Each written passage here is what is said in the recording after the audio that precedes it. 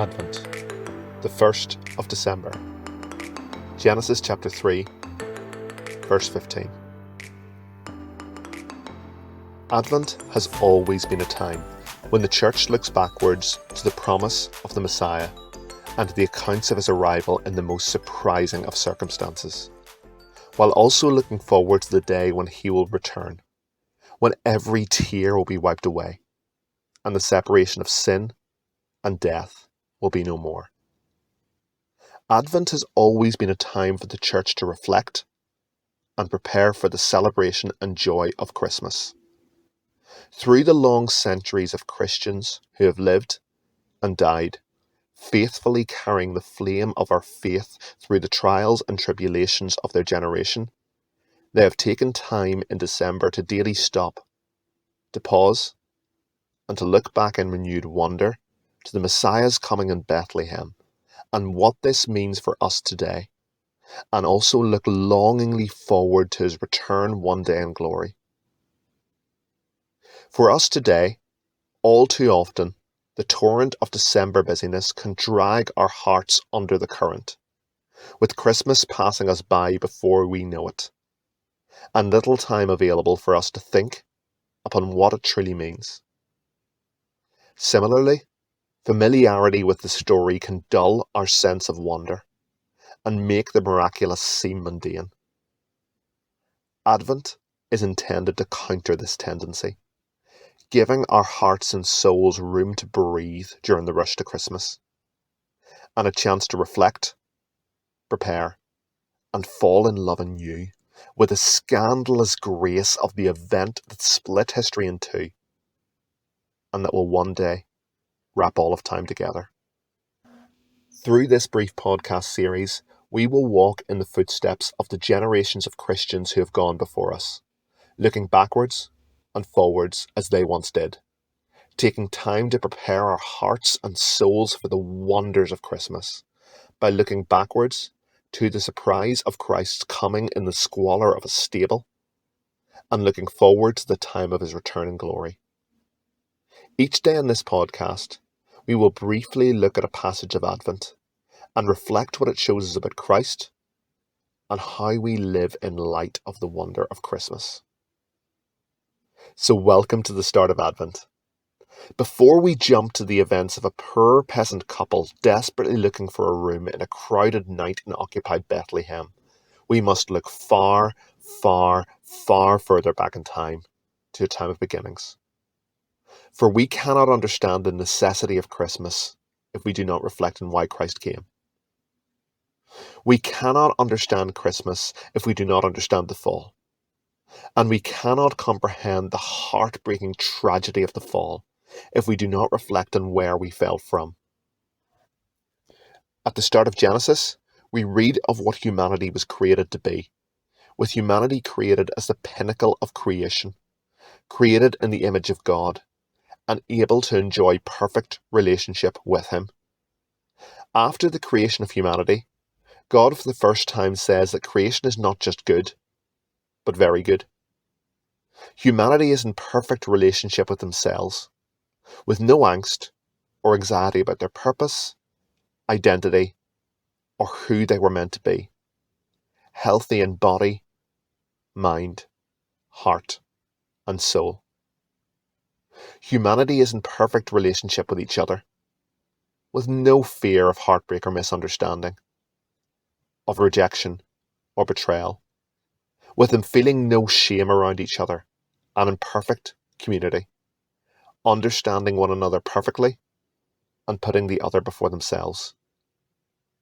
Humanity is in perfect relationship with creation, given the job of caring for it as stewards of what God has crafted, with it belonging to God, but being entrusted to them to care for and not exploit, with it providing for them as they reign over it with justice and compassion, reflecting the image of God breathed into them.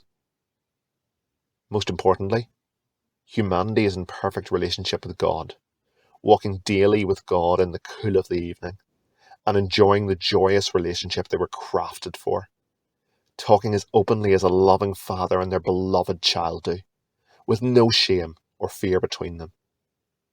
We should pause for a moment here, as to understand the story of creation is to understand the gospel, as the call of the gospel is a call to come back home to who we were designed to be. But this perfect existence did not last, for it was shattered seemingly irretrievably, with humanity rebelling and falling from the dizzying heights of paradise into the devastating, unimaginable abyss of sin and death. Wanting to define their own boundaries of what is right and wrong, focusing on what they believe they are missing out on rather than everything they had been given, and rejecting the trusting obedience that would have shown their love for the one who had given them everything, they gave into appetite and temptation and grasped in greed for what would destroy them. Humanity fell and was cut from the vine that would have forever sustained them, and they began to wither and die. The consequences are horrific, with humanity no longer at peace with themselves, with each other, with creation, or with God. Hope seems utterly, utterly lost. But death, sin, and separation would not have the final word. The first Advent passage we will look at is a passage often read at carol services. The words were first spoken in the aftermath of the devastation of the fall, where humanity has succumbed to the cruel siren song of the enemy. Because of the chasm now poisoning their hearts and killing their souls, which has separated them from themselves, from each other, from creation, and from God, they are cast out of paradise.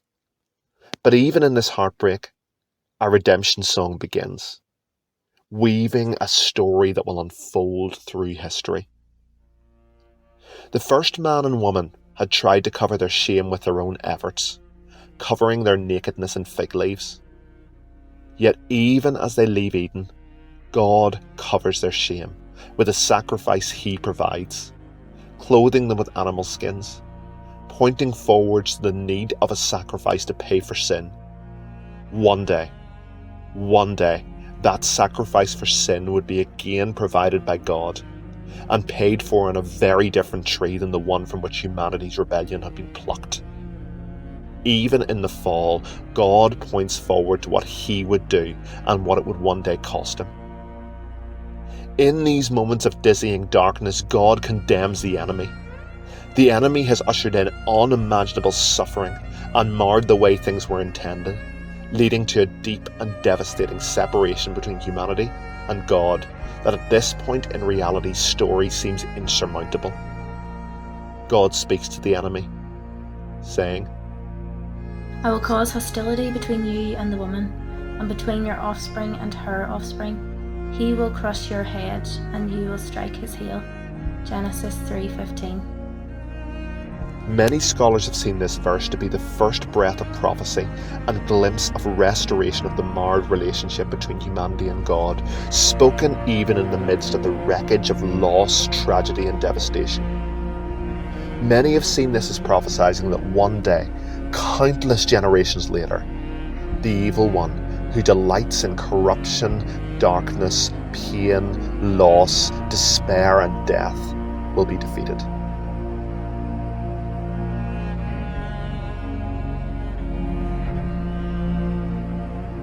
Defeated by a descendant of Eve who will crush the head of the enemy, even as the enemy strikes his heel, with restoration one day being bought at a great, great cost. On this first day of Advent, let us look back and marvel at the relationship with God we were created for, realizing anew that we were not created to pursue wealth or worldly success, but for a relationship with him that is the only thing that will bring us true, lasting joy, fulfillment, and purpose in the brief breath we have on this planet.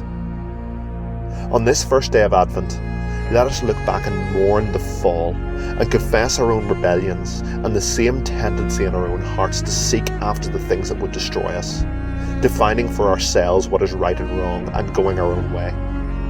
On this first day of Advent, let us look back and celebrate that even in the darkest moments of history, in the wreckage of active rebellion, grace still spoke, as it does for us today, For anyone who turns from the mire of their own fallenness and reaches out in heartbroken sorrow to the one who lifts them, cradles them, and calls them his. For he himself bore the cost of the bite of sin's ravenous appetite, crushing the head of the enemy.